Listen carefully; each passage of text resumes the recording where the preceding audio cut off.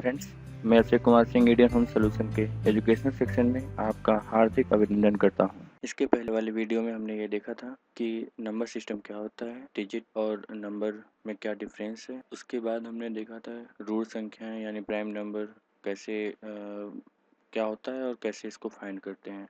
अगर कोई संख्या हमें दी गई है कि कोई संख्या है, मान लीजिए कि 319, जो कि मैंने एग्जाम्पल उसमें बताया था, तो उससे हम कैसे फाइंड करेंगे कि ये क्या प्राइम नंबर है या नहीं है। तो अब हम आज के क्लास में हम ये देखेंगे कि यौगिक संख्याएं क्या होती हैं।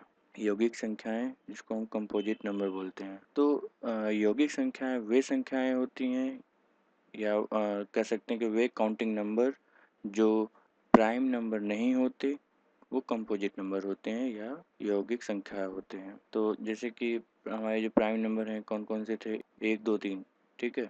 तो 1 2 3 ये हमारे प्राइम नंबर में आते हैं, लेकिन 4 जो कि प्राइम नंबर में नहीं है, यानी कि 4 1 से भी डिवाइड हो रहा है, 2 से भी डिवाइड हो रहा है और 4 से भी डिवाइड हो रहा है। और प्राइम नंबर के लिए जो शर्तें होती हैं वो या तो 1 से डिवाइड हो या खुद से डिवाइड हो। तो यहाँ पे हम देख रहे हैं 4 हुआ, 6 8 9 10 12, इसी तरह से बाकी संख्याएं। तो ये जो संख्याएं होती हैं वो हमारी कंपोजिट नंबर होती हैं। अब बात आती है कि को प्राइम नंबर, को प्राइम। अब को प्राइम हम कैसे फाइंड करेंगे? तो इसके लिए होता है दो प्राकृतिक संख्याएं a और b को प्राइम होंगे यदि उनका HCF हाईएस्ट कॉमन फैक्टर, अगर इनका हाईएस्ट कॉमन फैक्टर अगर 1 होता है, तो ये जो वो जो दो संख्याएं होंगी वो को प्राइम नंबर होंगी। तो जैसे कि हमारे पास एक एग्जांपल है 2 और 3। तो ये दो प्राकृतिक संख्याएं हैं, तो 2 और 3 का HCF फाइंड करेंगे। HCF फाइंड करना हम आपको HCF और LCM फाइंड करने वाले ट्यूटोरियल में बताऊंगा। लेकिन अभी जो है इसे अगर एक लिया जाए तो भागफल भाग मेथड अगर लिया जाए तो 2 भागे 3, तो ये हमारा जाएगा एक बार, और यहाँ पे हम फाइंड करेंगे रिमाइंडर 1। फिर जो यहाँ पे हमारा भाजक है या फिर हम कर सकते हैं डिवाइज़र, वो यहाँ पे आ जाएगा और फिर 1 का हम भाग देंगे 2 में, तो 1 में यहाँ पे रिमाइंडर कट गया। तो ये जो पार्ट होता है यही आपका होता है HCF हाईएस्ट कॉमन फैक्टर। फिर हम इसके बाद बात करते हैं कि भाग, डिवीज़न की बात करते हैं, भाग या फिर कह सकते हैं डिवीज़न। तो जब हम बात करते हैं डिवीज़न की, तो डिवीज़न में क्या होगा कि सबसे पहले हमें पता होना चाहिए कि वो कौन कौन से टर्म्स हैं जो कि इन्वॉल्व होते हैं भाग मेथड में, ठीक है। तो नंबर 1 होता है, पहले हम सिंबल बना ले के ही ये शो करते हैं। ये हमारा मतलब भाग का जो मेथड है, यहाँ पे होगा हमारा भाजक। भाजक इसको हम बोलते हैं डिवाइजर। फिर यहाँ पे होगा भाज्य, यहाँ पे होगा भाज्य। भाज्य मतलब डिविडेंड, डिविडेंट। फिर यहाँ पे होगा भागफल, भागफल यानी कि कोसेंट, कोसेंट। और यहाँ पे सॉल्व करने के बाद जो हमारा बचता है उसे हम बोलते हैं शेषफल या इंग्लिश में रिमाइंडर। तो फिर इसको ये फार्मूला होता है, मतलब इसमें हम समझ गए। फिर एक फार्मूला होता है कि अगर हमें सारा संख्या पता है लेकिन भाज्य हमें नहीं पता है, तो हम भाज्य को कैसे फाइंड करेंगे। तो ये होता है भाज्य इजकल टू भाजक इंटू भागफल प्लस शेषफल। अब हम आपको एक एग्जाम्पल देंगे, जैसे कि भाजक और भागफल इन सब का यूज होगा, और बहुत ही इम्पोर्टेंट क्वेश्चन है जो कि पूछा भी जा चुका है कुछ कॉम्पिटिटिव एग्जाम्स में।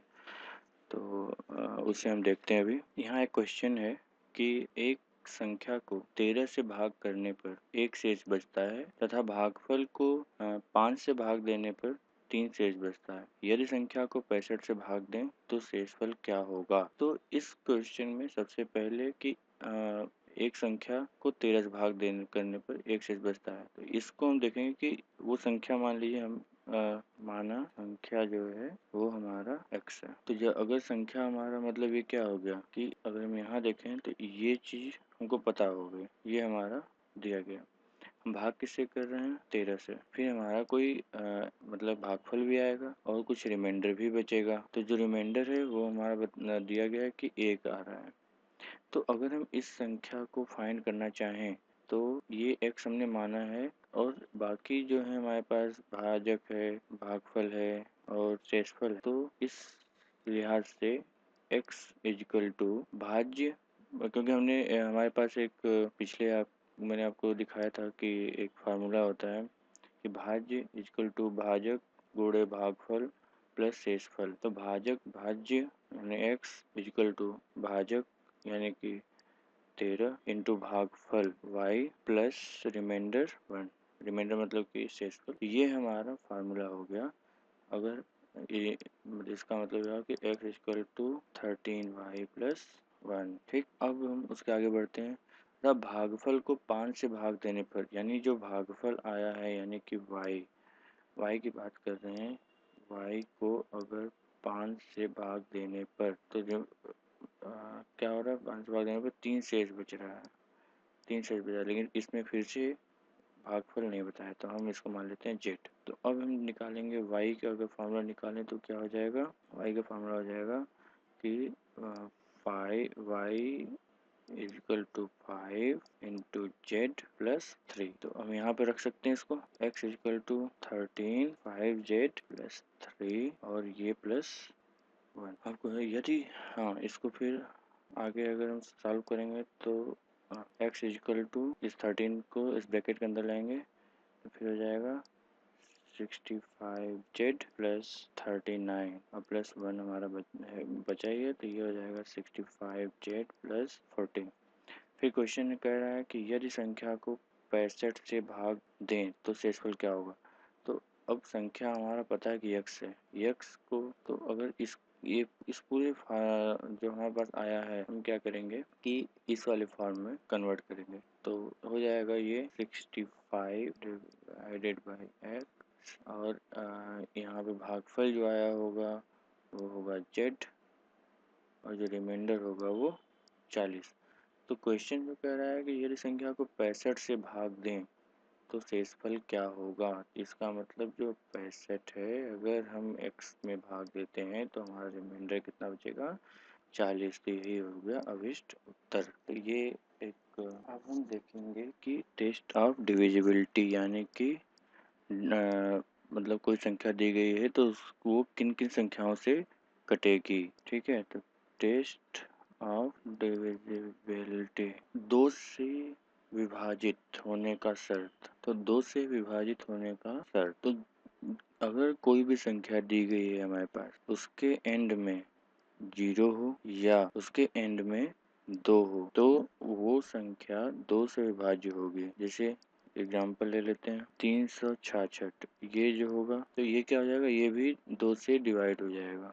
ठीक है, तो यहाँ पे जो हमने बताया था कि 2 से विभाजित होने का शर्त होगा कि लास्ट में शून्य हो या 2 का मल्टीपल हो, 2 या 2 का मल्टीपल। तो ये 6 क्या होगा, 2 का मल्टीपल है। ठीक है, तो और या फिर हम बात करते हैं 20 या फिर 10 या फिर 22। तो इन सबके लास्ट में देख रहे हैं कि 6 शून्य 2 शून्य। तो इस तरह से हम देख रहे हैं कि जो भी हो रहा है या तो 0 हो रहा है या फिर 2 या 2 का मल्टीपल हो रहा है। तो ये सारी संख्याएं जो होंगी वो 2 से विभाजित होंगी। फिर बात आती है 3 से विभाजित होने की शर्त। 3 से विभाजित होने का शर्त है कि यदि किसी संख्या के अंकों का योग 3 से विभाजित हो तो संख्या 3 से विभाजित होगी। इसका मतलब, हमारे कहने का मतलब क्या है कि जैसे कि मान लीजिए कि हमारे पास है 747, तो इनका अंकों का योग यानी कि हर डिजिट का जो योग होगा, यानी 7 + 4 + 7 मतलब 7 4 11 और 11 7 18। ठीक, तो 18 जो है अगर वो 3 से डिवाइड होगा तो ये संख्या भी 3 से डिवाइड होगी। तो 18 क्या होगा, 3 से अगर डिवाइड करें तो 6 टाइम्स में कट जाएगा, तो ये हो जाएगा हमारा मतलब 3 से विभाजित हो जाएगा।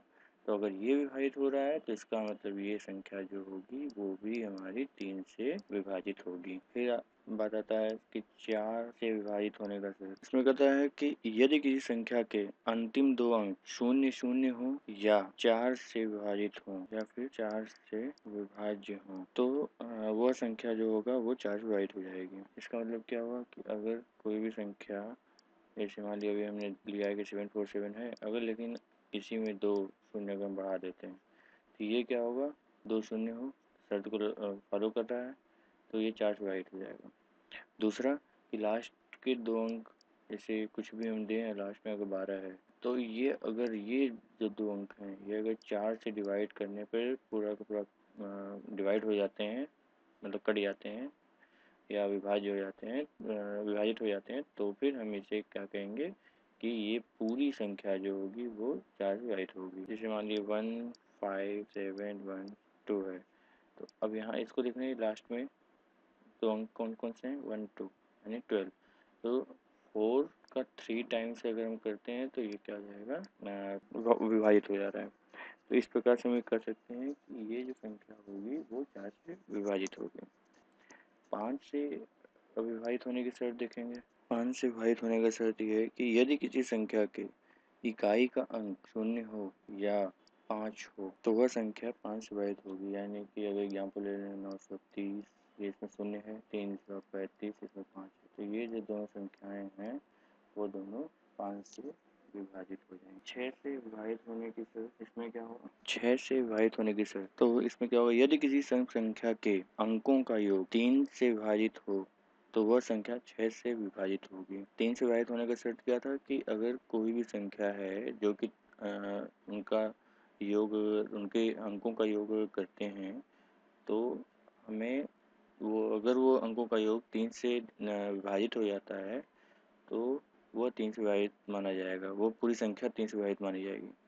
लेकिन यहाँ पे क्या है, 6 से विभाजित होने का शर्त अगर है तो कोई भी जो भी सम संख्या होगा जो कि 3 से विभाजित हो रहा होगा तो वह सम संख्या 6 से विभाजित होगी। एग्जाम्पल के लिए 3 5 3 5 6 4, ये एक सम संख्या है। सम संख्या के साथ हम इसको काउंट करेंगे, 3 + 5 8 + 6 14 + 4 18, तो इसका टोटल नंबर हो गया 18 और 18 जो होगा वो हमारा डिवाइड होगा 3 से। ठीक है, तो फिर ये क्या हो जाएगा कि ये जो पूरी संख्या है वो 6 से डिवाइड। फिर बात आता है कि 9 से डिवाइड होने का क्या शर्त है। तो यदि किसी संख्या के अंकों का योग 9 से विभाजित हो तो वह संख्या 9 से विभाज्य होगी। जैसे 3 4 6 5, 3 4 6 5 करते इनका एडिशन करेंगे, तो क्या फाइंड करेंगे, 3 + 4 + 6 + 5, यानी कि टोटल नंबर हो जाएगा 18 जो कि 9 से डिवाइड है। फिर 10 से विभाजित होने का शर्त, 10 से विभाजित होने का शर्त क्या है कि जिस भी संख्या के एंड में 0 हो वो 10 से विभाजित हो जाएगा। फिर बात आती है कि 11 के से विभाजित होने का शर्त, तो इसमें क्या होगा कि जो भी संख्या होगी उसके सम अंकों का योग, सम स्थान वाले अंकों का योग और विषम स्थान वाले अंकों का अंक का जो योग होगा